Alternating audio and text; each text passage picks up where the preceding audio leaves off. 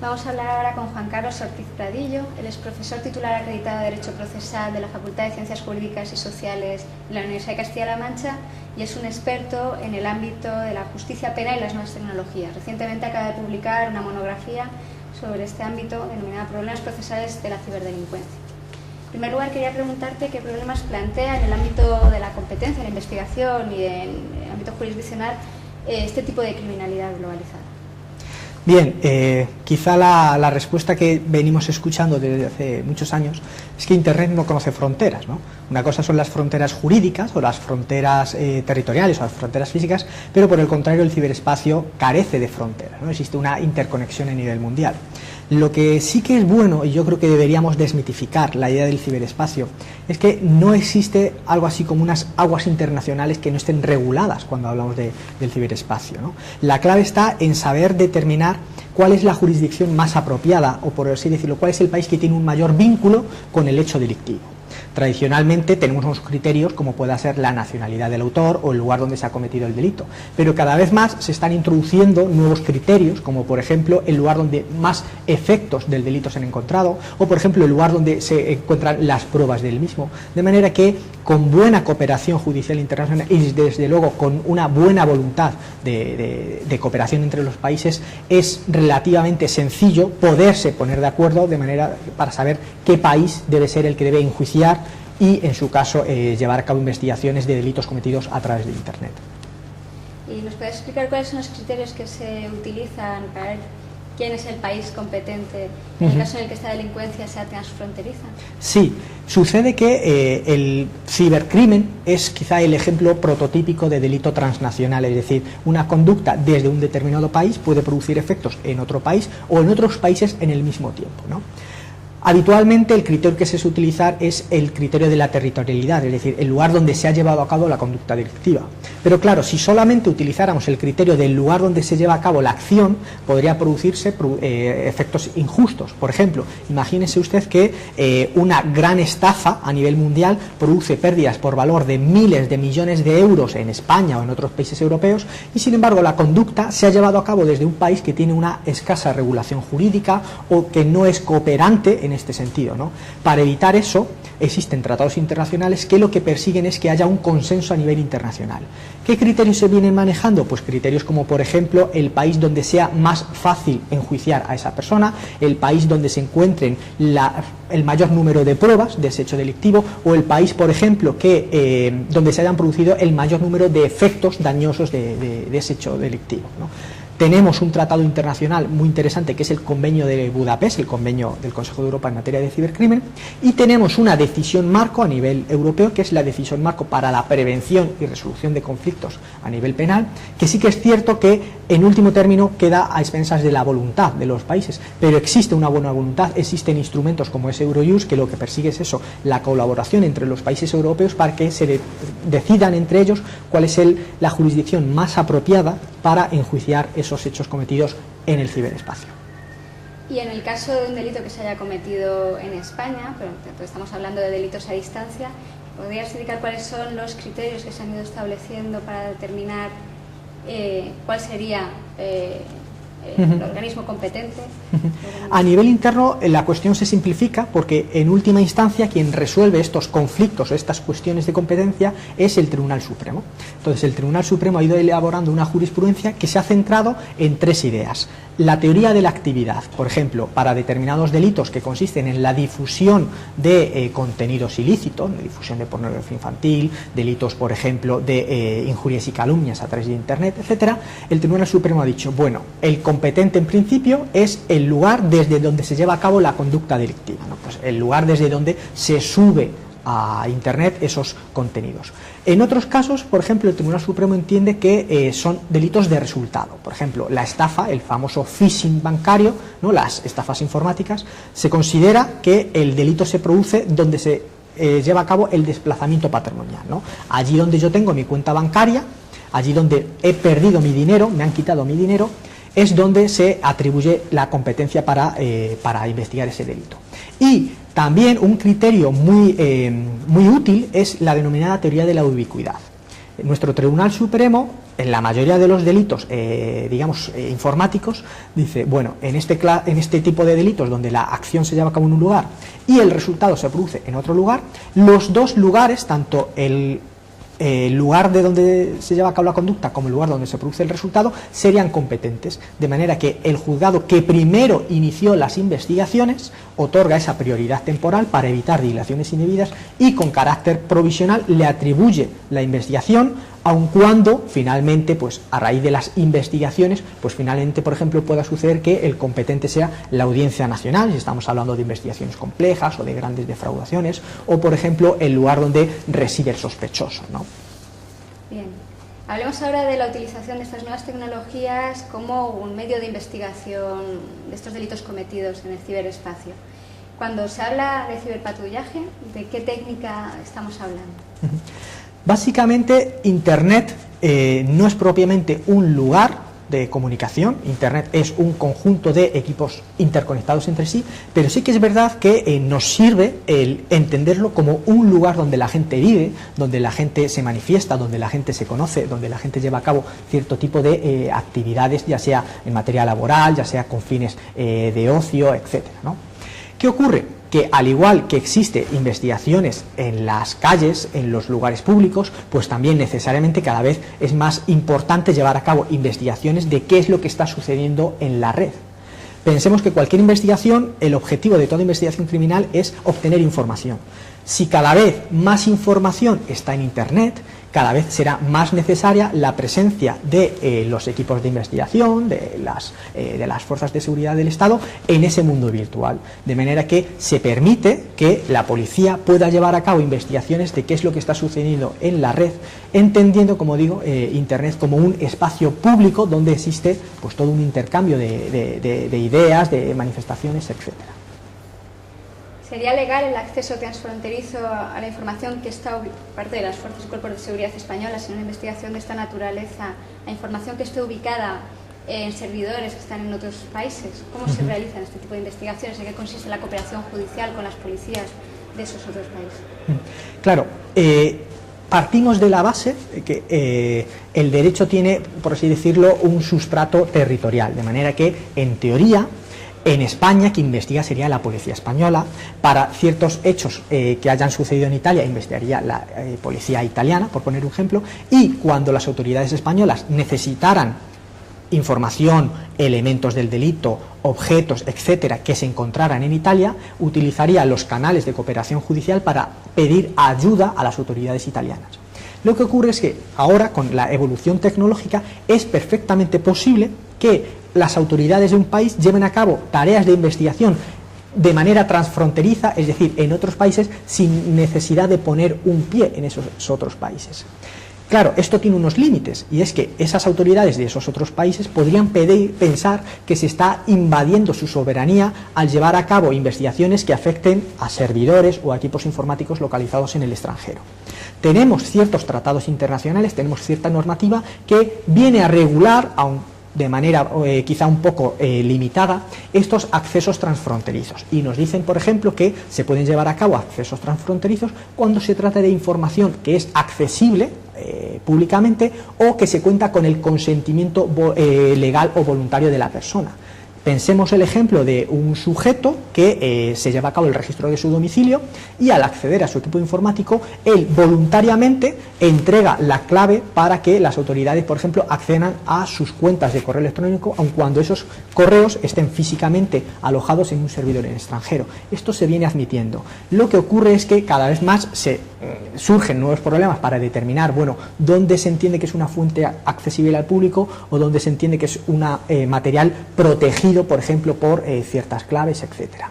Para ello, hay ahora mismo dos grupos de trabajo, el llamado Grupo de Trabajo del artículo 29, en el ámbito de la Unión Europea, y también el Comité del Convenio sobre el Cibercrimen, que están intentando desarrollar un protocolo adicional de este convenio, del Convenio de Budapest en materia de ciberdelincuencia, para regular con mayor detalle estos accesos transfronterizos que entendemos por consentimiento legal, que ocurren los supuestos de hallazgos casuales, de los supuestos de investigación de buena fe, porque el policía que analiza el interior de un equipo informático conectado a la red muchas veces no puede tener conocimiento de hasta dónde está llegando físicamente esa investigación. Tengo que hacer un pequeño corte. Esto no sale, ¿no? Bien, a veces se tiene la impresión de que en esencia hablamos de pruebas similares a las tradicionales. Utilizar el GPS para saber dónde está una persona es igual que ponerle a un policía detrás a esa misma persona, o registrar un ordenador es similar a registrar su escritorio, o se incide en un ámbito de la privacidad aún mayor. Claro. Cuando hablamos de evolución tecnológica de la sociedad, no estamos hablando de evolución únicamente en un determinado aspecto o en una determinada materia. El desarrollo tecnológico afecta a cualquier ámbito, a la medicina, a la educación y también a las propias investigaciones policiales. ¿Qué ocurre? Que el uso de la tecnología, al fin y al cabo, significa aumentar los sentidos, aumentar la capacidad y también aumentar la invasión sobre las personas. Piense, por ejemplo, que no es lo mismo tratar de comparar visualmente dos huellas, ¿no?, que llevaría un cierto tiempo, a compararlas de forma electrónica, de forma automatizada, que nos permite llevar a cabo miles de operaciones en apenas unos segundos, ¿no? Cuando hablamos, por ejemplo, de seguimientos policiales, pensemos que el uso de la tecnología nos puede beneficiar mucho, porque ya no necesitamos a un agente que esté detrás de cada uno de los delincuentes. Los agentes, lógicamente, son personas que descansan, que pueden en determinados momentos caer enfermos, pero las máquinas no. De manera que el colocar las llamadas balizas electrónicas facilita mucho las labores de investigación.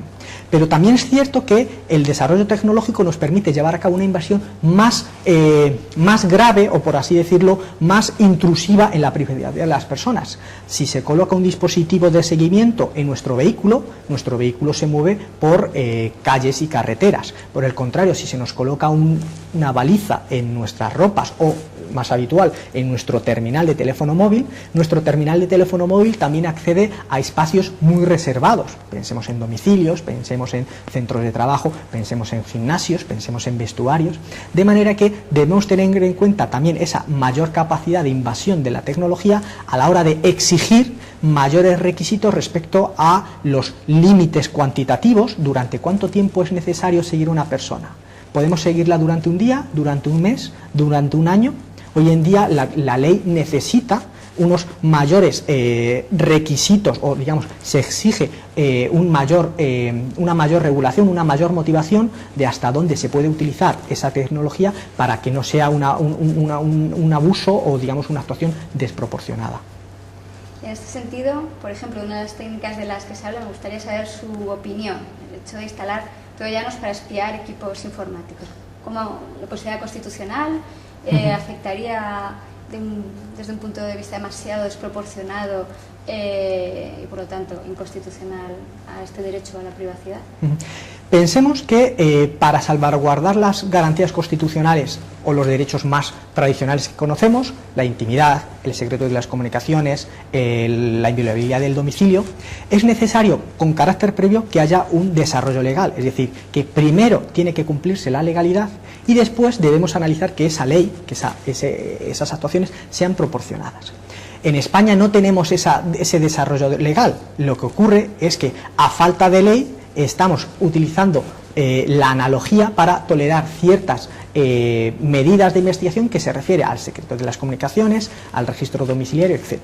Los registros remotos sería una actuación que, en el caso de que se regulase legalmente, sería muy intrusiva, porque en una misma actuación podrían verse afectados muchos derechos fundamentales. No únicamente el secreto de nuestras comunicaciones, el análisis de nuestros equipos informáticos permitiría, por así decirlo, crear un perfil de toda nuestra personalidad.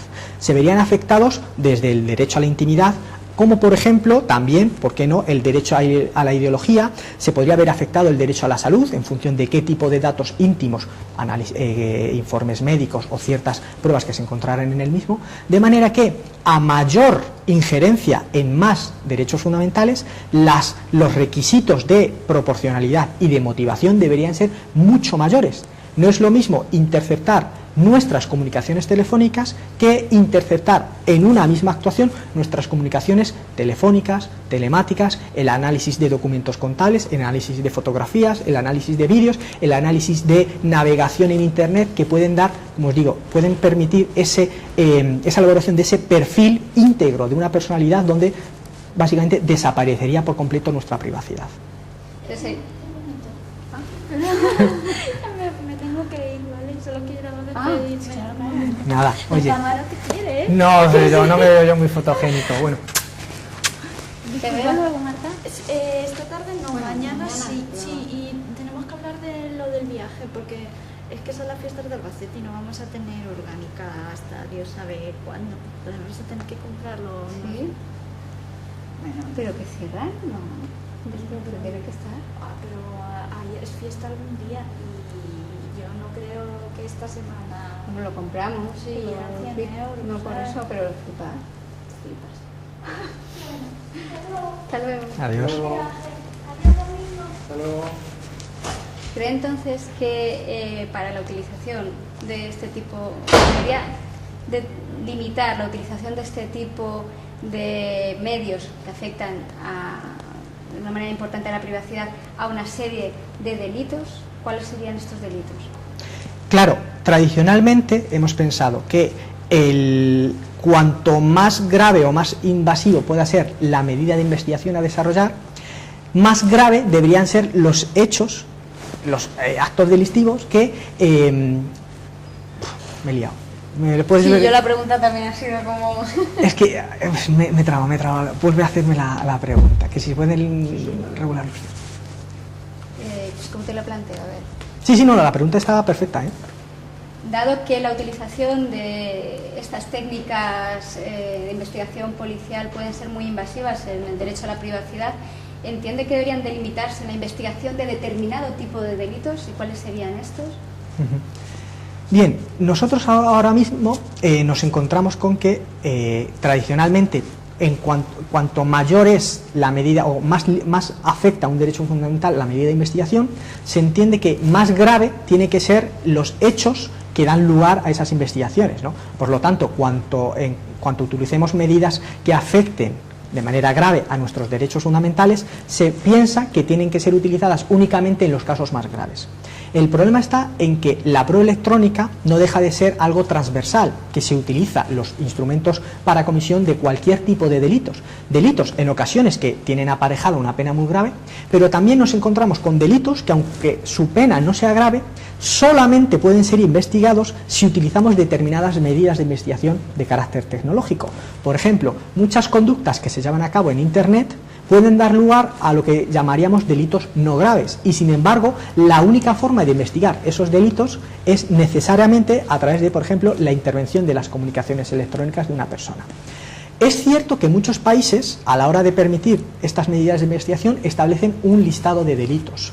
En mi opinión, aun cuando eso pueda ser plausible, porque nos da una mayor seguridad jurídica, siempre se debería dejar un cierto margen al juez para que, en función de las circunstancias del caso concreto, valore si esa medida puede ser necesaria o idónea, en el sentido de que no haya una medida igualmente eficaz para investigar esos delitos, llamémosle, menos graves. Me gustaría que me hablase de cómo funciona la figura del ciberinfiltrado, cuál es su regulación actual en nuestra vetusta el enjuiciamiento criminal y cómo debería realmente regularse en un proyecto de reforma del nuevo Código Procesal Penal. Bien, cada vez que hablamos de cibercrimen, ciberpatrullaje, etcétera, no tenemos por qué tener una regulación detallada de cada una de las conductas o de cada una de las medidas de investigación, transponerla al ámbito virtual. Pensemos el ejemplo que el análisis de un documento no tiene por qué no tenemos por qué tener una regulación para documentos en papel y otra regulación distinta para documentos electrónicos. Actualmente la figura del agente encubierto se regula únicamente para delitos relacionados con la criminalidad organizada. Lo que ocurre, como le comentaba, es que muchas conductas delictivas que se lleven a cabo a través de Internet no tienen por qué ser efectuadas por bandas organizadas y, por lo tanto, no serían delitos relacionados con la delincuencia organizada, pero sí que necesitaríamos esas investigaciones encubiertas en la red. Ocurre que cualquier investigación que lleve a cabo la policía de manera secreta en Internet no se tiene por qué considerar que se trata de un agente infiltrado. Hoy en día muchos agentes que patrullan llamémosle de paisano, no son agentes encubiertos. De igual modo, esos ciberpatrullajes en Internet no tienen por qué ser considerados actuaciones de un agente encubierto cuando no dejan de ser actuaciones cotidianas, solo que se están llevando a cabo en un ambiente o en un entorno virtual. ¿Se puede hablar de la existencia de paraísos informáticos? ¿En qué consisten y cómo a través de la cooperación policial y judicial internacional se puede actuar frente a ellos? Sí. Cuando hablamos de paraísos informáticos, debemos tener en cuenta también que no siempre el que un país no colabore o no coopere en ciertas investigaciones lo convierte en un paraíso informático. En ocasiones sucede que ese país no cuenta con los medios necesarios, ni bien con los instrumentos jurídicos para permitir una cooperación judicial o policial más rápida, más fluida, y muchas veces no cuenta con ciertos medios técnicos a la hora de cumplir sus obligaciones internacionales. En no todos los países existe una normativa, por ejemplo, o instrumentos para la conservación de ciertos datos informáticos, para el envío rápido y la comunicación de esos datos a las autoridades extranjeras. Pero claro, todo esto, tanto una falta de regulación penal, como una falta de medios técnicos, como una falta de personal apropiado para llevar a cabo estas peticiones extranjeras, pueden convertir esos territorios en lugares donde sea más fácil delinquir o donde sea más fácil, digamos, alojar contenidos o encubrir pruebas. Para evitar estos paraísos cibernéticos tenemos dos grandes vías. Una de ellas es la reforma penal, es decir, la armonización de los delitos para que una determinada conducta se considere delito en todos los países. Pero también tenemos otra vía que es la reforma procesal y la cooperación internacional, de modo que exista, aun cuando el delito no se haya cometido en ese país, exista una rápida actuación de las autoridades para que entreguen información, entreguen pruebas a las autoridades de otros países. Una de sus líneas de investigación dentro de este ámbito es el ciberterrorismo, ¿no? La lucha contra él. Voy a preguntarle cómo ha incidido el ciberterrorismo en la situación actual a la hora de perseguir este tipo de delitos, la cooperación judicial, y también, ¿por qué no?, en la merma de garantías a la hora de la utilización de técnicas de investigación mediante las nuevas tecnologías. El terrorismo, al igual que cualquier otro delito grave, ha sabido rápidamente adaptarse al entorno virtual, ¿no? Cada vez es más sencillo para las organizaciones terroristas utilizar la tecnología para tareas o para labores de comunicación, de adoctrinamiento, de enseñanza en la elaboración de artilugios o de, digamos, instrumentos que pueden ser utilizados con fines terroristas, y de manera que esa traslación del peligro del terrorismo al ciberterrorismo necesariamente se tiene que ver seguida por la adaptación de las medidas de investigación a este nuevo entorno virtual.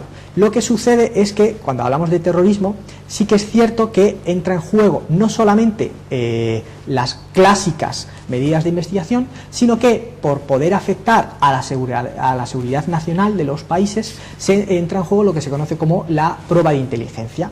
Informes que emiten organismos llamados organismos digamos de espionaje, organismos que no están sujetos a estas tradicionales leyes procesales. Piensen ustedes, por ejemplo, que el intercambio de información entre los servicios secretos de los distintos países no se ve sujeto a esas mismas reglas de publicidad y transparencia que, por ejemplo, cuando estamos hablando de intercambio de datos policiales, ¿no? De manera que es necesario encontrar el equilibrio entre los derechos y garantías procesales de esa persona que va a ser enjuiciada por un presunto delito de terrorismo, con esas necesariamente cautelas que se deben seguir cuando de lo que estamos hablando es de delitos que pueden afectar a la seguridad nacional, de manera que una publicidad desmedida de esas actuaciones podrían poner en juego, como digo, la seguridad de muchos países. Bien, yo creo que así, no sé si me No, pregunta más. muy bien. Quedado, ¿no?